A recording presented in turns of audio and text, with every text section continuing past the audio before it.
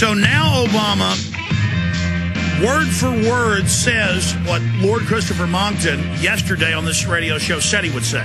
Word for word. When I watched this live early this morning, my mouth was hanging open. I mean, word for word. We must do this. It's a historic global agreement. You're part of this. Your children are watching.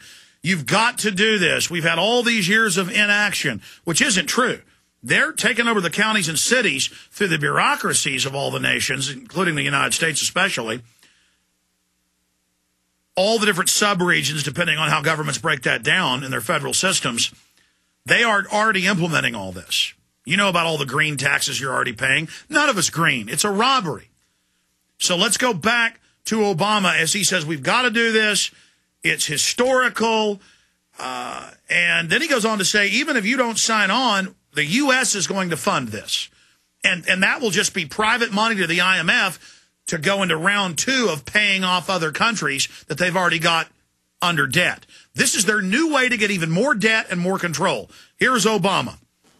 To mitigate our emissions and to move towards a clean energy economy, no matter what happens here in Copenhagen, we think it is good for us as well as good for the world. But we also believe that we will all be stronger, all be safer, all be more secure if we act together. Hit pause. So there you have it. They're going to make the climate cuts here, which is even better for them in phase 1, just like the big famous steel mill that just closed in England. The government paid them millions of pounds, millions of U.S. dollars to shut down and move to India with no emissions controls. That's environmentalism. So even if you believe that polar bears can't swim and that carbon dioxide that plants breathe is a deadly poison, this is going to produce more of that deadly poison. Here it is. That's why it is in our mutual interest to achieve a global accord in which we agree to certain steps and to hold each other accountable to certain commitments. After months of talk, after 2 weeks of negotiations, after innumerable side meetings, bilateral meetings,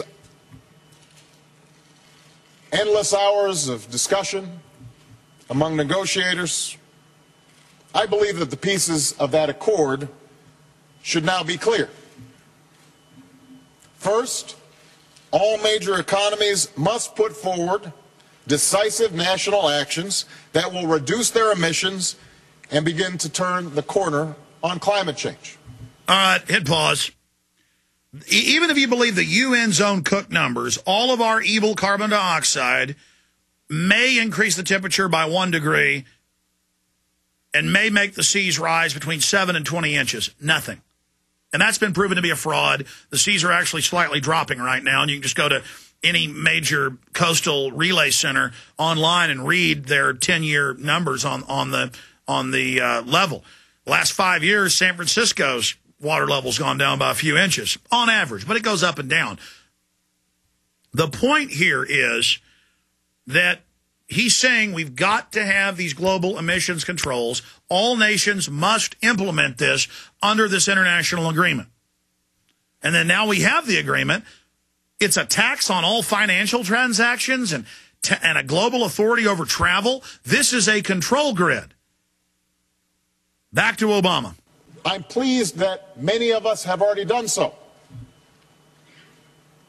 Almost all the major economies have put forward legitimate targets, significant targets, ambitious targets.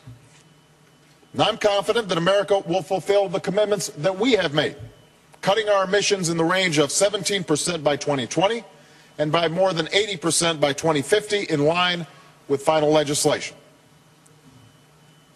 Second, we must have a mechanism to review whether we are keeping our commitments and exchange this information in a transparent manner. Hit pause. That's the global government. Just like they attack your country if you try to build your own nuclear reactors or if you try to have your own central bank, they will attack you over your carbon emissions. They will put sanctions on you and then, yes, physically attack you. physically attack you. That's what this global government is. That's why it says global governance in these treaties. I have the treaty right here. Framework Convention on Climate Change. Global governance, as they've stated. Back to him. These measures need not be intrusive or infringe upon sovereignty.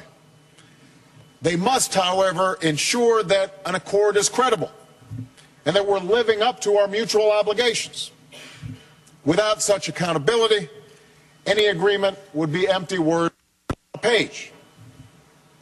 I don't know how you have an international agreement where we all are not sharing information and ensuring that we are meeting our commitments. Hit pause. And that was a satellite blip from recording it, a TV blip from Denmark. We didn't edit anything. When you can read the transcript for yourself. And there he's saying you've got to have a global institution to enforce this agreement. Back to it. That doesn't make sense. It would be a hollow victory. Number 3, we must have financing that helps developing countries adapt, particularly the least developed and most vulnerable to climate change. America will be a part of a fast start funding that will ramp up to $10 billion by 2012. Okay, stop right there. They say they're going to help the third world. All these are IMF World Bank loans backed up with Western tax money. And the loans are given, this was going on in 73 under State Department Memorandum 200, where Kissinger's talking about we give them loans to sterilize their women and to cut off food. And in the future, you won't get loans unless you cut the amount of food you eat. This is eugenics. This is population reduction. Let's go back to the video.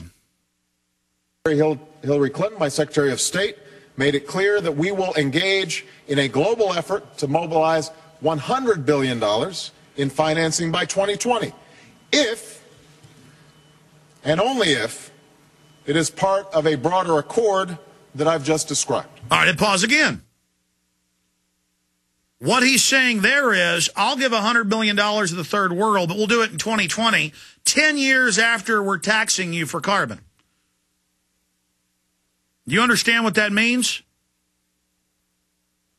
All right, let's go ahead now and go back to the clip.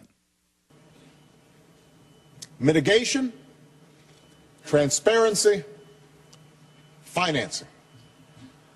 It's a clear formula, one that embraces the principle of common but differentiated responses and respective capabilities. And it adds up to a significant accord, one that takes us farther than we have ever gone before as an international community.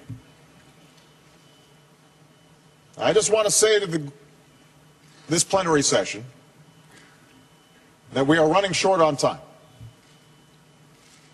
And at this point, the question is whether we will move forward together or split apart, whether we prefer posturing to action.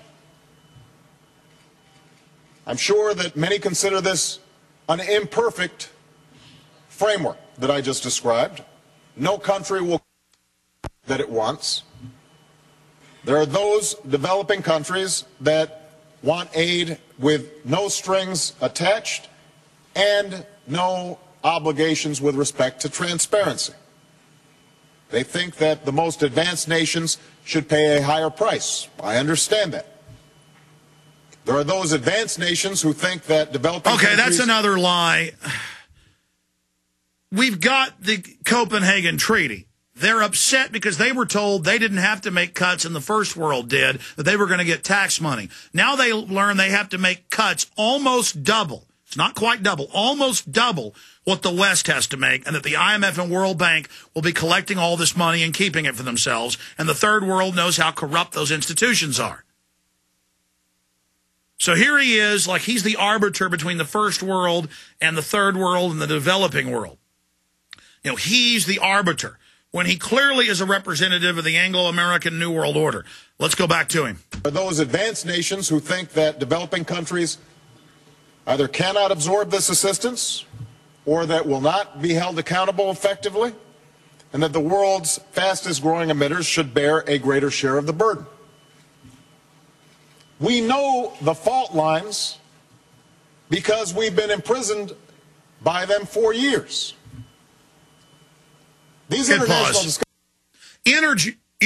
Cheap energy has allowed humans to grow and has lifted a lot of people out of poverty. He's now saying cutting people's energy off is cutting their bondage off. Meanwhile, governments actually try to block real technological development. And in this treaty, it says the UN will decide what new technologies can be funded and developed. So it's also a new dark age. Let's go back to it.